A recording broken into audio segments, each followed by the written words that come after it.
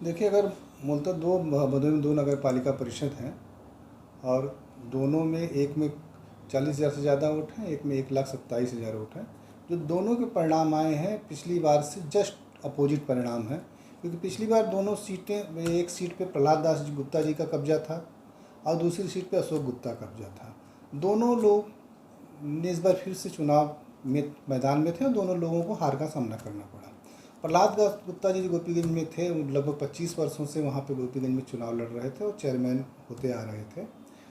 लेकिन इस बार उनके लड़के ब्रिजेश गुप्ता चुनाव मैदान में थे। उनको एक निर्दलीय उम्मीदवार जितेंद्र गुप्ता ने चुनाव इस बार अच्छी शिकस्त दी और ब्रिजेश गुप्ता तीसरे नंबर पे इस बार आ गए। जो है ये चुनाव परिणाम थोड़ा सा अप्रत्याशित था, लेकिन अगर हम भदोही के चुनाव परिणाम को और गोपीगंज के चुनाव परिणाम को देखेंगे तो उसमें कहीं ना कहीं जो मुस्लिम वोटों का एक स्ट्रेटेजिकल जो है, या कह सकते हैं कि परिस्थिति जन जिस तरीके से वोटिंग उन्होंने किया, उसमें एक बहुत बड़ा कारण दिख रहा है। और गोपीगंज में चूँकि 25 वर्षों से एक ही परिवार का कब्जा था, तो जो एंटी इनकम्बेंसी गोपीगंज में थी, जिसको रोकने का काम उस परिवार का था, वो रोक नहीं पाए। अंदर अंदर एक लहर सी चल रही थी जिसको भाप नहीं पाए लोग। इस वजह से एक परिवर्तन सा दिखाई पड़ा और जितेंद्र गुप्ता चुनाव जीत गए और वर्तमान प्रत्याशी तीसरे नंबर पे दिखाई पड़ा। वहीं भदोही सीट जो हमारी थी, जिसमें अशोक गुप्ता पिछली बार चेयरमैन थे, इस बार वो बसपा प्रत्याशी अतहर अंसारी की पत्नी से चुनाव हार गए। अशोक जायसवाल की पत्नी चुनाव लड़ रही थी और ये दोनों सीट भदोही और गोपीगंज में देखा जाए तो टिकटों को लेके बड़ी मारामारी थी।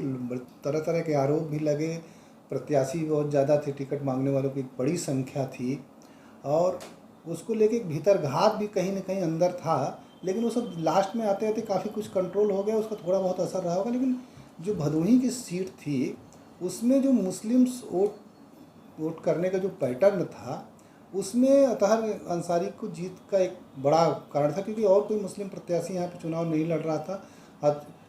कांग्रेस से बाद में अंतिम दौर में कांग्रेस प्रत्याशी हसनैन अंसारी की पत्नी चुनाव में आई, लेकिन उनको कमज़ोर प्रत्याशी मानते हुए लड़ाई सीधे सीधे बसपा और भाजपा में हो गई। समाजवादी पार्टी के जो प्रत्याशी पन्ना लाल यादव थे, उनके प्रति मुस्लिमों की एक अरुचि भी थी, लेकिन इन दोनों के बीच में जो दलित मतदाता थे और सपा का जो यादव मतदाता था, वो अपनी जगह जुड़ा रहा।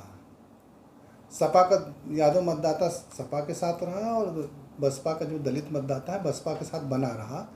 जो हिंदुत्व, हार्ड हिंदुत्व की वजह से जो बीजेपी की तरफ दलित और यादव आता, वो अशोक जायसवाल की जो लिबरल पर्सनालिटी थी, जो 5 साल उन्होंने बनाए रखी, उनको लगता था कि कहीं मुस्लिम वोट हम ले सकते हैं 4-5 हज़ार।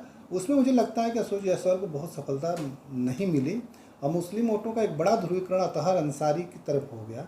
अतहर लगभग काफ़ी संख्या में मुस्लिम वोट ले पाए, जिसकी वजह से मुस्लिम और दलित का एक गठजोड़ यहाँ पे रहा। मुस्लिम वोटों की संख्या भी भदोही में बहुत ज़्यादा है और उसका जो गठजोड़ रहा, वो उनको एक भारी अंतर से 4,000 वोटों से, उनकी 3,000 वोटों से वो विजय की तरफ बढ़े। इसमें मुझे देखा कि जो पैटर्न मोदी और योगी का जो चल रहा था, एक लाइन खींच के जो चल रहे थे, अशोक जायसवाल उससे ऊपर जाना चाहते थे। उनको लगा कि हम पिछले 5 साल से जो मेरा पैटर्न है काम करने का, उस पैटर्न में मुस्लिम हमारे साथ खड़े होंगे। लेकिन एक स्ट्रेटेजिकल वोटिंग करते हुए जब उनको लगा, मुस्लिम को लगा कि हम अपने प्रत्याशी को जिता सकते हैं, अतहर अंसारी को जिता सकते हैं, तो उन्होंने अतहर अंसारी को एक भारी संख्या में वोट दिया और बड़ी अग्रेसिव वोटिंग जो है मुस्लिम्स ने अतहर के साथ की। जो है लगभग 54% वोटिंग हुई भदोही में, लेकिन उसमें मुझे लगता है कि 70% मुस्लिम वोटिंग हुई है, जो ज़्यादातर मत अतहर अंसारी के पक्ष में पड़े हैं। वहीं इसमें इस चीज़ को अशोक जायसवाल भाप नहीं पाए। वो अपनी लिबरल पर्सनालिटी को मेंटेन रखने के चक्कर में कोई बड़े नेताओं की सभा भी नहीं हो पाई यहाँ पे, योगी भी नहीं आए इस क्षेत्र में। तो जो दलित और सपा का वोट था वो अपनी जगह बना रहा। जो हिंदुत्व, हार्ड हिंदुत्व था, उसको अशोक जायसवाल भुनाने में नाकामयाब रहे, जिसका कारण रहा कि अतहर अंसारी यहाँ पे चुनाव जीत गए।